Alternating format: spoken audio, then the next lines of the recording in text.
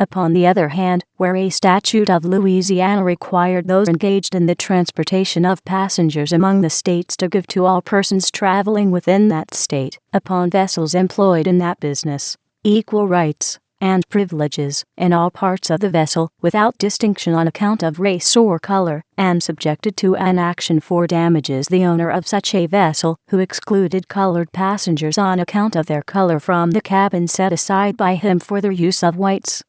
It was held to be, so far as it applied to interstate commerce, unconstitutional and void. Hall v. Dacquer, 95 U.S. 485.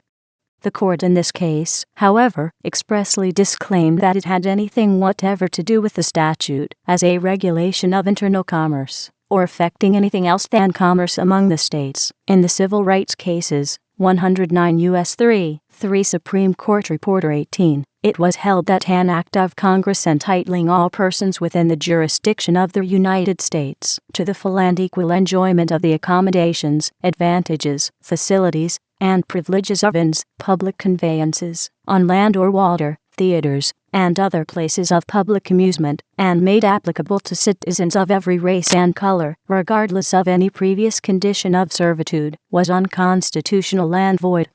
Upon the ground that the 14th Amendment was prohibitory upon the states only, and the legislation authorized to be adopted by Congress for enforcing it was not direct legislation on matters respecting which the states were prohibited from making or enforcing certain laws, or doing certain acts, but was corrective legislation, such as might be necessary or proper for counteracting and redressing the effect of such laws or acts. In delivering the opinion of the court, Mr. Justice Bradley observed that the 14th Amendment does not invest Congress with power to legislate upon subjects that are within the domain of state legislation, but to provide modes of relief against state legislation or state action of the kind referred to. It does not authorize Congress to create a code of municipal law for the regulation of private rights, but to provide modes of redress against the operation of state laws and the action of state officers, executive or judicial, when these are subversive of the fundamental rights specified in the amendment. Positive rights and privileges are undoubtedly secured by the 14th Amendment, but they are secured by way of prohibition against state laws and state proceedings affecting those rights and privileges, and by power given to Congress to legislate for the purpose of carrying such prohibition into effect, and such legislation must necessarily be predicated upon such supposed state laws or state proceedings, and be directed to the correction of their operation and effect. Much nearer, and, indeed, almost directly in point, is the case of the Louisville, New Orleans, and Texas Railway Company versus State, 133 U.S. 587, 10 Supreme Court Reporter 348, wherein the railway company was indicted for a violation of a statute of Mississippi, enacting that all railroads carrying passengers should provide equal, but separate, accommodations for the white and colored races, by providing 2 or more passenger cars for each passenger train, or by dividing the passenger cars by a partition, so as to secure separate accommodations. The case was presented in a different aspect from the one under consideration, inasmuch as it was an indictment against the railway company for failing to provide the separate accommodations, but the question considered was the constitutionality of the law. In that case, the Supreme Court of Mississippi, 66 Mississippi Report 662, 6 Southern Reporter 203, had held that the statute applied solely to commerce within the state, and that being the construction of the state statute by its highest court was accepted as conclusive. If it be a matter, said the court, page 591, 133 U.S., and page 348, 10 Supreme Court Reporter, respecting commerce wholly within a state, and not interfering with commerce between the states, then, obviously, there is no violation of the Commerce Clause of the Federal Constitution. No question arises under this section as to the power of the state to separate in different compartments interstate passengers or affect, in any manner, the privileges and rights of such passengers. All that we can consider is whether the state has the power to require that railroad trains within her limits shall have separate accommodations for the 2 races. that affecting only commerce within the state is no invasion of the power given to Congress by the Commerce Clause. A like course of reasoning applies to the case under consideration, since the Supreme Court of Louisiana, in the case of State v. Judge 44 Louisiana Annual Report 770, 11 Southern Reporter 74, held that the statute in question did not apply to interstate passengers but was confined in its application to passengers traveling exclusively within the borders of the state.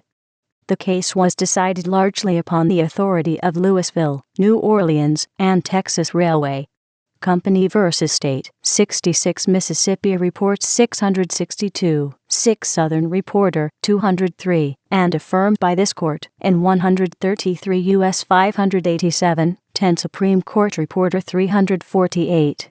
In the present case, no question of interference with interstate commerce can possibly arise, since the East Louisiana Railway appears to have been purely a local line, with both its termini within the state of Louisiana. Similar statutes for the separation of the two races, upon public conveyances, were held to be constitutional in Railroad v. Miles, 55 Pennsylvania State Reports 209. Day v. Owen 5 Michigan 520, Railway Company v. Williams, 55-3. 185, Railroad Company v. Wells, 85 Tennessee 613, 4 Southwestern Reporter 5, Railroad Company v.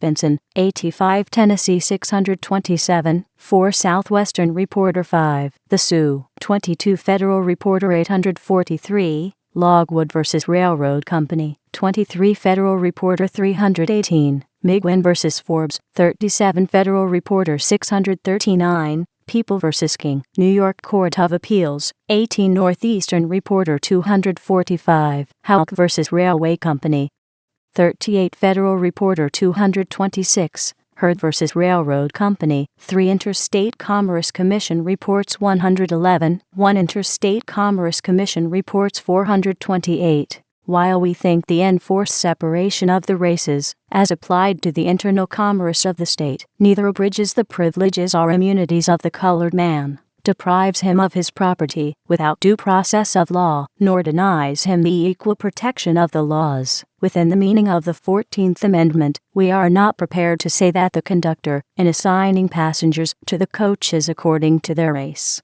does not act at his peril, or that the provision of the second section of the Act, that denies to the passenger compensation in damages for a refusal to receive him into the coach in which he properly belongs, is a valid exercise of the legislative power. Indeed, we understand it to be conceded by the state's attorney that such part of the Act as exempts from liability the railway company and its officers is unconstitutional. The power to assign to a particular coach obviously implies the power to determine to which race the passenger belongs, as well as the power to determine who, under the laws of the particular state, is to be deemed a white and who a colored person. This question, though indicated in the brief of the plaintiff in error, does not properly arise upon the record in this case, since the only issue made is as to the unconstitutionality of the Act, so far as it requires the railway to provide separate accommodations and the conductor to assign passengers according to their race. It is claimed by the plaintiff in error that, in an mixed community, the reputation of belonging to the dominant race, in this instance the white race, is property, in the same sense that a right of action or of inheritance is property. Conceding this to be so, for the purposes of this case, we are unable to see how this statute deprives him of, or in any way affects his right to, such property. If he be a white man, and assigned to a colored coach, he may have his action for damages against the company for being deprived of his so-called property. Upon the other hand, if he be a colored man, and be so assigned, he has been deprived of no property, since he is not lawfully entitled to the reputation of being a white man.